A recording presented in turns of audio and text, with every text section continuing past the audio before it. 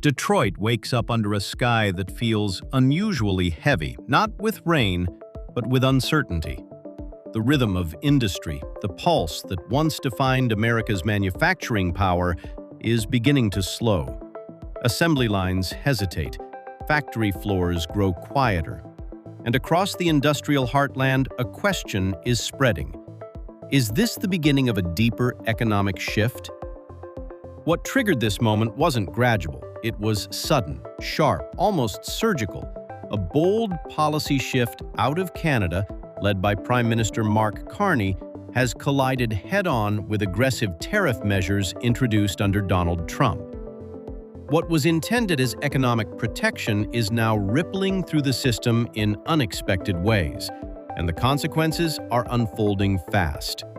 Steel and aluminum tariffs have surged, reaching as high as 50%, with an additional 35% duty applied to certain Canadian imports outside the USMCA framework. The justification? National security concerns and accusations tied to cross-border issues. But markets didn't wait to debate. They reacted. Steel prices surged almost instantly, hot-rolled steel climbing to around $900 per ton.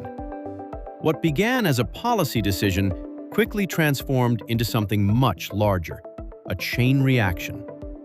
Nowhere is this impact more visible than in Detroit, the symbolic core of American manufacturing.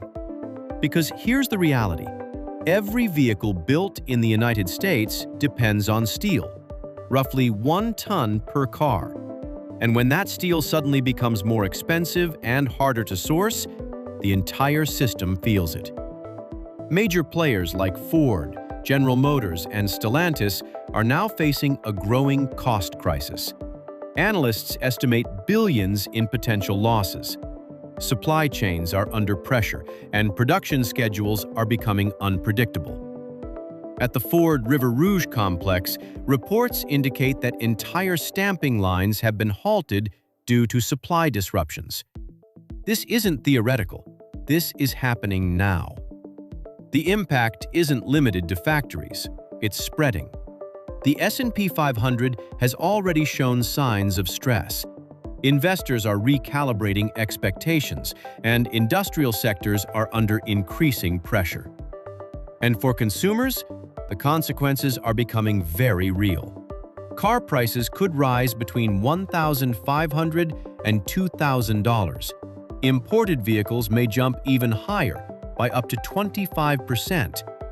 In a fragile global economy, that kind of price pressure matters. Beyond the numbers lies something deeper: jobs in Michigan. Unemployment is climbing, reaching around 5.4%, among the highest in the nation.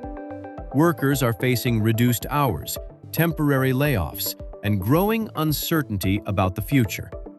And it doesn't stop there. Even industries far from Detroit, like oil and gas in Texas, are starting to feel the strain, as steel shortages disrupt operations. But while the United States leans into tariffs, Canada is playing a different game.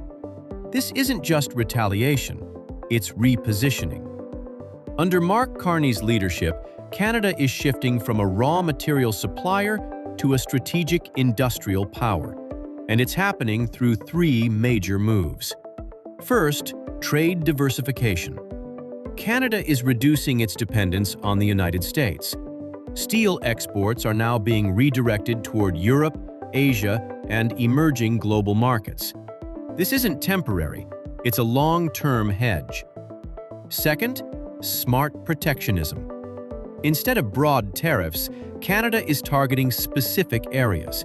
Quotas on non-free trade imports, a 25% tariff on Chinese steel, and prioritizing domestic production for infrastructure. The goal is stability, not escalation. Third, and most transformative, the green steel revolution. Canada is investing heavily, around $1 billion into low-emission steel production, using hydroelectric power, nuclear energy, electric arc furnaces, and hydrogen-based technologies. The result? Nearly 93% of Canadian steel is now low emission. And in today's world, that is not just environmental, it is economic power. Because this conflict is no longer just about tariffs, it is about standards. With policies like the European Union Carbon Border Adjustment Mechanism, countries are beginning to tax imports based on their environmental footprint, which means high-emission steel comes with higher costs, while low-emission steel becomes a competitive advantage. Canada saw this shift early and positioned itself ahead of the curve. The results are already visible. Canadian exports to Europe, Japan, and India are rising. Long-term contracts are being secured through 2027 and beyond, and prices are higher, reflecting a premium for cleaner production. Meanwhile, reliance on the United States is declining, from around 75% of exports down to roughly 68%. That shift matters because in a trade war, dependence becomes vulnerability. Inside the United States, the pressure is building. Companies are now trapped between rising input costs, limited supply, and global competition. Small and medium-sized businesses are especially vulnerable. For many, this is not just a challenge, it is a survival test.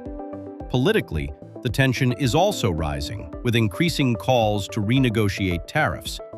But the balance of leverage is changing. What we are witnessing is not just a trade dispute, it is a systemic transformation, a shift away from cost-driven competition toward a new model defined by sustainability, technology, and control over supply chains. The steel war is evolving into a green industrial race, where countries compete not just on price, but on how efficiently and cleanly they can produce. As environmental regulations tighten, access to major markets will increasingly depend on meeting carbon standards rather than simply offering lower costs. This transformation is reshaping the global economy. Supply chains are being redesigned to prioritize resilience and sustainability. Trade relationships are being reevaluated based on long-term strategic alignment, and nations are searching for partners who can provide stability, not just materials, for emerging markets. This shift brings both opportunity and pressure, the chance to integrate into new supply chains, but also the need to invest in advanced technologies and meet stricter environmental standards. Ultimately, the question is no longer whether the global economy will change, but how fast and in what direction. Tariffs may have triggered this transformation, but the outcome will be shaped by innovation, adaptation, and long-term strategy. As we step back from the headlines, one conclusion becomes clear. This trade war is not delivering a simple victory for either side. The United States is confronting the limits of tariffs as a primary economic tool, while Canada is navigating the risks and rewards of rapid transformation. Detroit remains at the center of this story, a symbol of both industrial vulnerability and potential recovery. The future of this city and others like it will depend on how effectively industries adapt to rising costs, shifting supply chains, and new global realities. In a world where economies are deeply interconnected, protectionist policies alone are no longer enough. The future belongs to those who can innovate, diversify, and evolve. So the real question is no longer who wins this trade war, but who is prepared for what comes next.